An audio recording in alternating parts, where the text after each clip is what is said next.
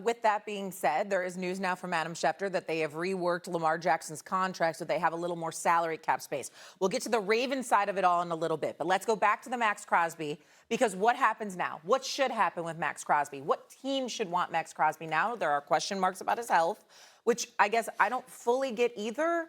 It's confusing to me. He's posting pictures, dunking a basketball. He's in Baltimore taking pictures. He's on a podcast announcing this. And now everything kind of blows up. What happens with Maxx Crosby going forward? Well, first off, when you fail the one physical, be careful. Call another sport. Correa failed the physical at the Mets. Went to San Francisco. They got nervous. They bailed. He ended up going back to Minnesota. Word spreads. Well, if the Ravens think he must be hurt, geez, I'm not going to go near him either. So that makes you think that Crosby, your point. Let me jump on. Maybe it's a cheap contract that you can, a cheap trade you can make to get him. I do believe, at least in relation to that this morning, that Schefter and Graziano both talked about other doctors saying, listen, they believe that in a month or two, the physical look will look a lot better.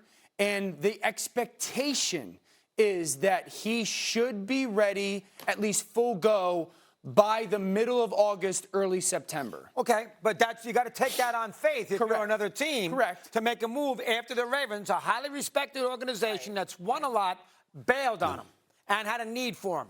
That would make me, as a GM for another franchise who needs a defensive lineman, I would be concerned by that, Stevie. I would be concerned.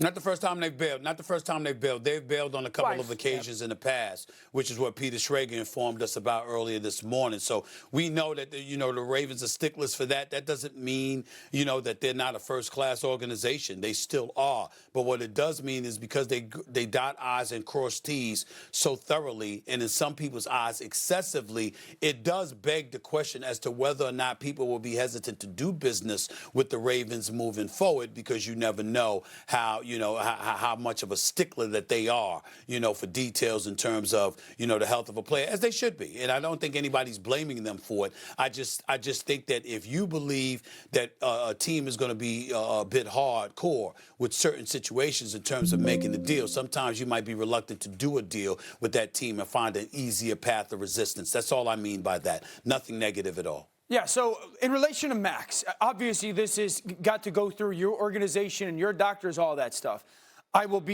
Philadelphia should be on the phone.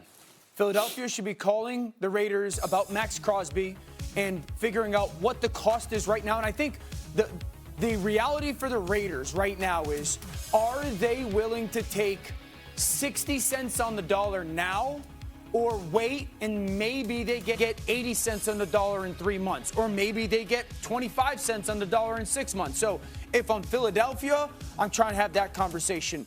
If I'm Buffalo, who just restructured Josh's salary to get under the cap, I'm having that conversation. If I'm the Los Angeles Rams, I'm calling the Raiders. I think there's obviously a lot of teams that should be in that conversation, but I'm looking at teams that truthfully if I'm Kansas City, who has 2 first-round picks, and they just restructured, I believe, Patrick, to get into a salary cap situation, I'm making that conversation as well. So if I'm those annual Super Bowl contenders and you think that you can get him at a lesser value than he was a couple days ago, absolutely. Philly, Buffalo, the Rams, Kansas City, all should be making those calls. I just want to point out, the teams that were linked to Crosby in the beginning, we're not hearing about anymore, that also made bids. The Cowboys, the Jaguars, the Bears.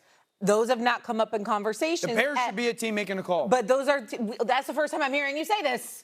And this has been happening for the last few hours because maybe Ryan Poles and the Bears weren't willing to part with 2 firsts because they're still in their building process.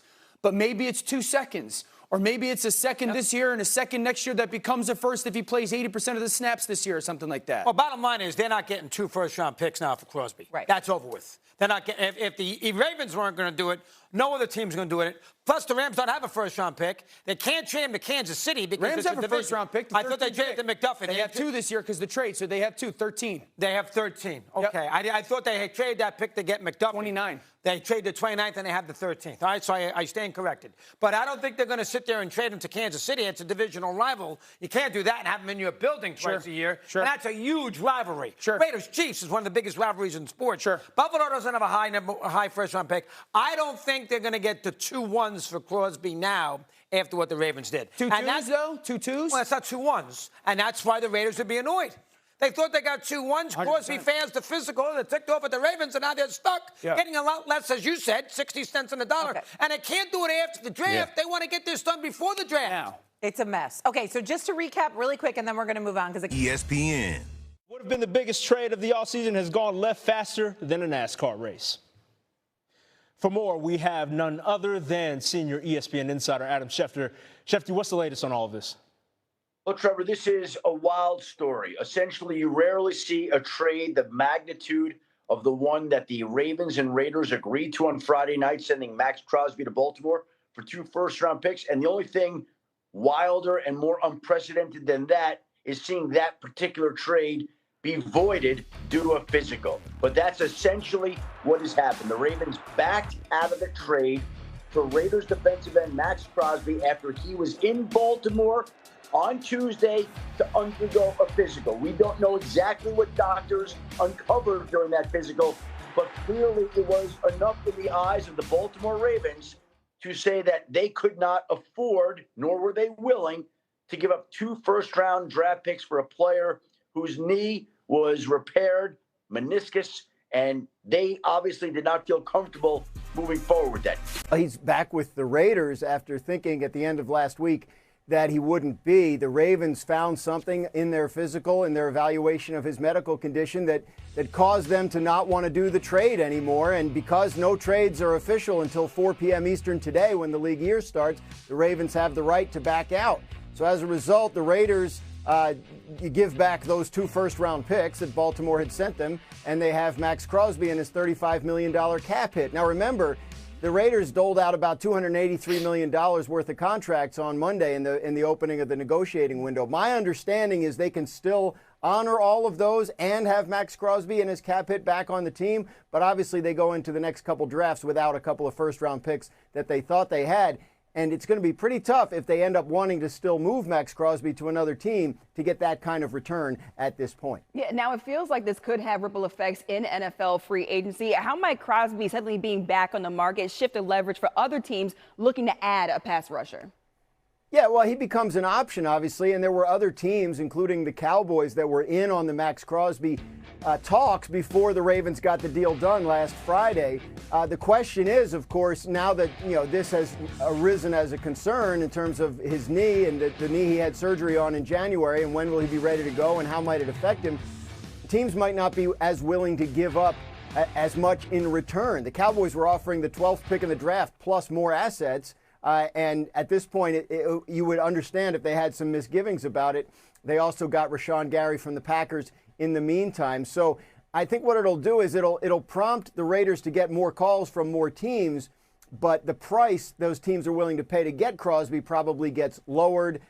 Trey Hendrickson, the top edge rusher on the market, now has another potential destination available in Baltimore, but there also might be some teams that were talking to Hendrickson that might be more interested in exploring a Crosby trade. There's a lot to this, and it's going to take a while for us to unravel it all. Yeah, plenty of